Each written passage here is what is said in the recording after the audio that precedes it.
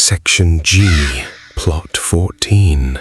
I'm standing over a grave I filled in myself yesterday afternoon, and it's open again, not caved in, not vandalized, 6 feet down, walls smooth as if troweled by hand overnight.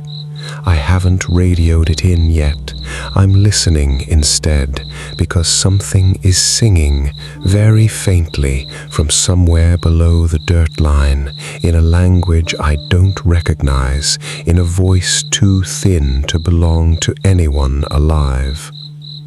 11 years at Hargrove, and there's exactly one rule Frank gave me that isn't written in any training manual. Don't ever answer if something down in the ground talks back. He never explained why. He just said it the way you'd tell someone not to touch a stove, flat and certain, like the burn was assumed.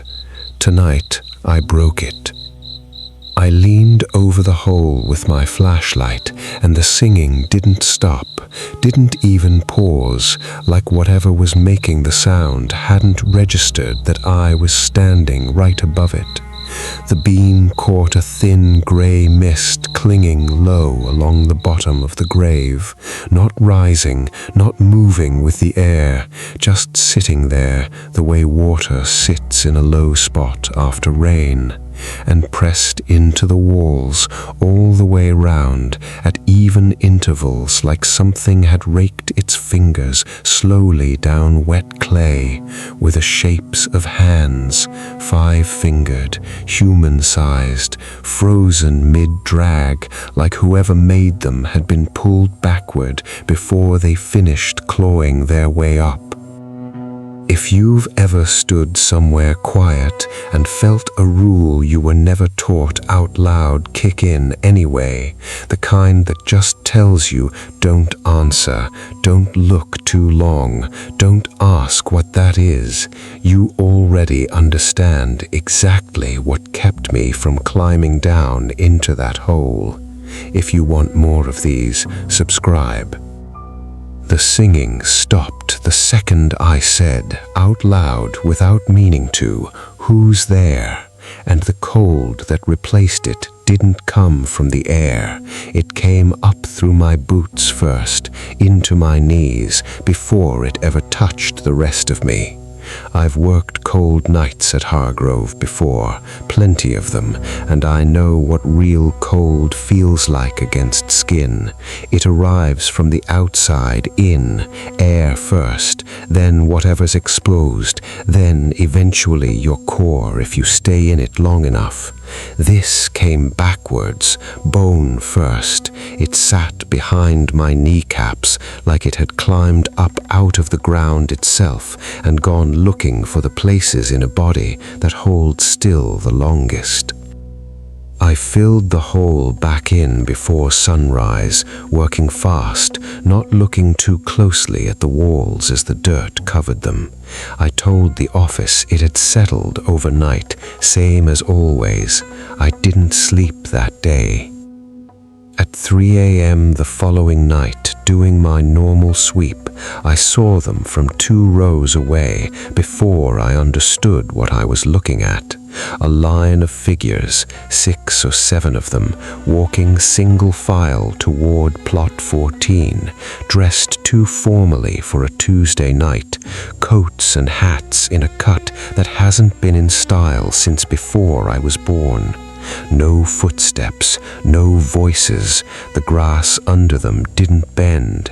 At the back of the line walked a groundskeeper carrying a shovel over one shoulder, moving with my exact gait, my exact posture, and when it turned its head toward me, there was nothing where a face should have been, just a smooth, dark absence, like a photograph with one figure scratched out.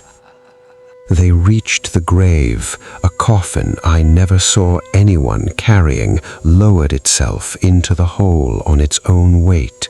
The instant it touched bottom, the entire procession was gone, not faded, not walked away, simply gone, the way a held breath disappears the second you let it out.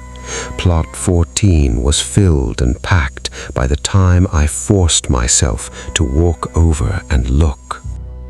I looked up Plot 14's records the next afternoon, unable to sleep, unable to stop myself.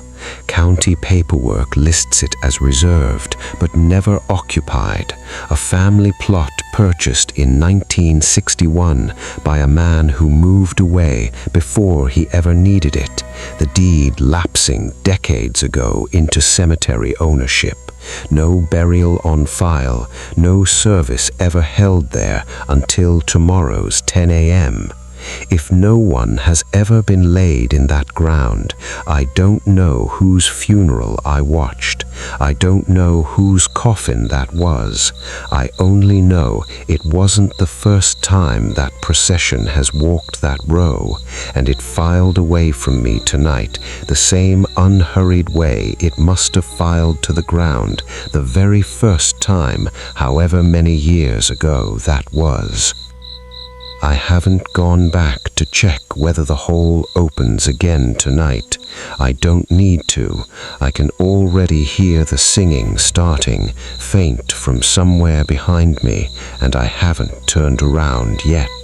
The old chapel crypt sits at the far edge of Hargrove, brick and stone, older than every marked grave on the property. Nobody's supposed to be inside it.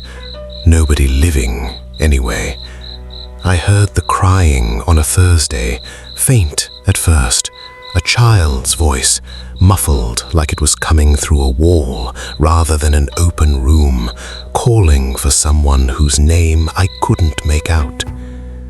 Cemeteries carry sound strangely at night, wind through the trees, a pipe settling somewhere underground, an animal in distress that sounds almost human if you catch it at the wrong angle.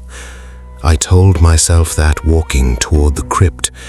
I stopped telling myself that the moment I got close enough to see my own breath fogging in front of my face in a summer that hadn't dropped below 70 degrees all week.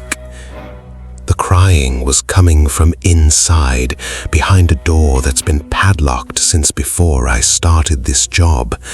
I pressed my palm flat against the stone to steady myself, and the stone was warm, not cold like you'd expect from old rock at night, but warm like something recently living had been resting against the other side of it.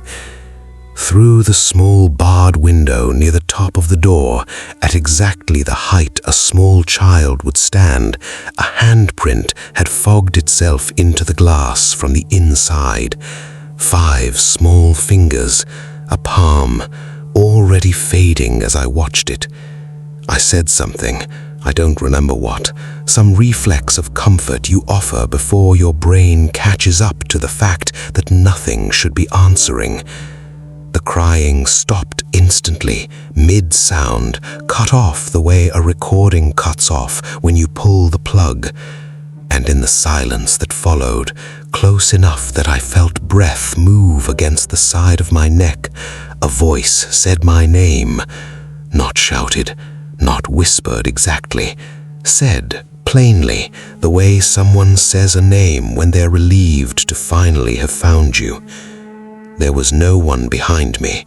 There was no one anywhere on that stretch of grass for 100 feet in any direction, and my radio, clipped to my belt the entire time, had been recording audio automatically since I keyed it at the start of my walk. When I played it back the next morning, sitting in my truck in the empty staff lot, my own footsteps are there, my own breathing, and then 4 seconds of a child crying that I never heard with my own ears at all, followed by 11 seconds of total silence where my voice should have been talking to no one and isn't there. The old chapel crypt predates every marked grave at Hargrove by decades, built for a parish that closed before the cemetery was even incorporated under its current name. Nobody on staff has a record of who's actually interred inside it. Only a single line in a property survey from the 1950s noting an unmarked family vault, contents unconfirmed. Whoever that child belonged to, if it ever belonged to anyone at all, has no name attached to it in any document I've been able to find. Just a small handprint that fades from glass a little slower every time I check it, like it's taking longer each night to let go of the door. It started small enough that I ignored it for almost 2 weeks. Footsteps, matching my own pace exactly, always one step behind me on the gravel path along the east fence line. I'd stop. The footstep behind me would land once more, a half-second late, then go quiet. I told myself it was an echo off the fence posts, the kind of acoustic trick old cemeteries are full of, stone and metal bouncing sound back at odd delays. Echoes don't cast shadows. 10 nights in, walking past a row of parked maintenance vehicles under the one working sodium light on the property, I watched a second shadow peel away from mine on the pavement, a full body length behind, matching every motion of my arms and legs a beat late, like film playing back from a second projector slightly out of sync with the first. I saw it clearly for the first time 3 nights after that, reflected in the dark window of a hearse parked overnight for a morning service. Not my reflection, a shape standing where my reflection should have been, wearing an old-style guard's uniform, collar and cap cut in a fashion decades out of date, features smoothed over like wax left too close to a flame, present but with nothing sharp enough left to call a face. It didn't move when I moved. It just stood there in the glass, watching the version of me that was still turned away from it. Since then, it started leaving things. A boot print in dew that dries into the grass before mine ever does, always one stride behind wherever I'm currently standing. A cold patch of air that holds its shape at shoulder height, exactly where someone would stand if they were walking close enough behind me to speak directly into my ear. 2 nights ago, I finally tried something I'd been avoiding. I stopped mid-route, turned around fast, deliberately, before the half-second delay could catch up and hide itself. For the first time, nothing was behind me, not even the usual empty gravel. Instead, 30 feet ahead, in the direction I'd already been walking, the shape stood facing me, already turned around, already waiting, as if it had known before I did which way I'd decide to look. I've stopped checking my 6 on that fence line. I've started instead listening for the half-second delay, because at least when I can hear it behind me, I know it hasn't gotten ahead of me yet. One more story tonight, and this one finally puts a name to whoever or whatever has been one step behind me this whole time. Stay till the end. Hargrove's radios run on Channel 2, the only frequency this equipment gets, shared by every guard who's ever worked this property going back decades. Old-timers say if you listen close on a dead channel long enough, you'll eventually hear something that isn't dispatch. I always took that as the kind of thing bored night shift workers tell each other to pass the hours. I don't anymore. 3 nights ago, at 3:12 a.m., my radio opened on its own. No button pressed, no static burst first, just a channel going live the way it does when someone keys up to talk. What came through wasn't dispatch. It was a voice reciting my name, full name, first and last, the way you'd read it off an ID badge rather than say it to a person you knew. Then, after a pause just long enough for me to answer out loud like a fool, "Don't finish the round tonight."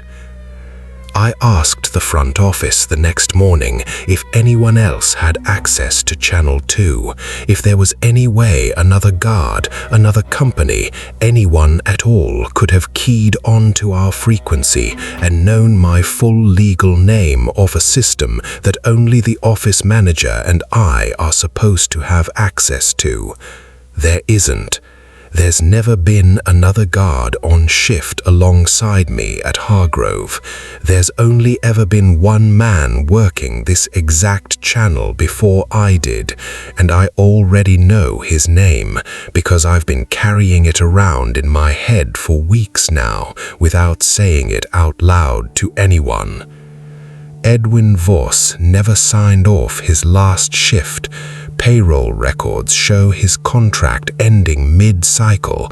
No resignation letter, no exit interview, nothing but a final line noting his radio was found still transmitting static on Channel 2 the morning after he vanished, in a truck with a cold engine and no sign of where he'd gone. 22 years later, on a night when the singing came from underground, when a child cried behind a locked door for a name I couldn't make out, when a shape one step behind me finally showed itself in glass, his voice is the one that opened my radio and told me to stop. I didn't stop. I don't know why. Maybe because stopping felt like admitting how much of this I already believed, and some part of me is still trying not to. I finished the round. Section G, the chapel crypt, the fence line where the shadow waits one step back. Every checkpoint scanned clean, every gate locked, every box on the report checked exactly the way it's supposed to be. And the whole time, under all of it, I kept waiting for the radio to open again and tell me I'd made a mistake. It hasn't, not yet. But I go back to work again tonight, same route, same order, and somewhere between the grave that keeps refilling itself and the crypt where something small still cries behind locked stone, I keep thinking about the exact words Edwin Voss chose. Not get out, not run, just don't finish the round, like the danger was never in staying at Hargrove at all, like it was always only in reaching the end of the route. I think about the shape on the fence line too, the one that stopped waiting behind me and started waiting ahead instead, always exactly as far along the route as I haven't gotten to yet. I think about how a route only has one true end, and how close I am tonight to walking all the way to it. Somewhere behind me, faint and patient, the singing has already started again. I haven't turned around. I'm not sure anymore whether that's caution or whether some part of me already knows what I'd see.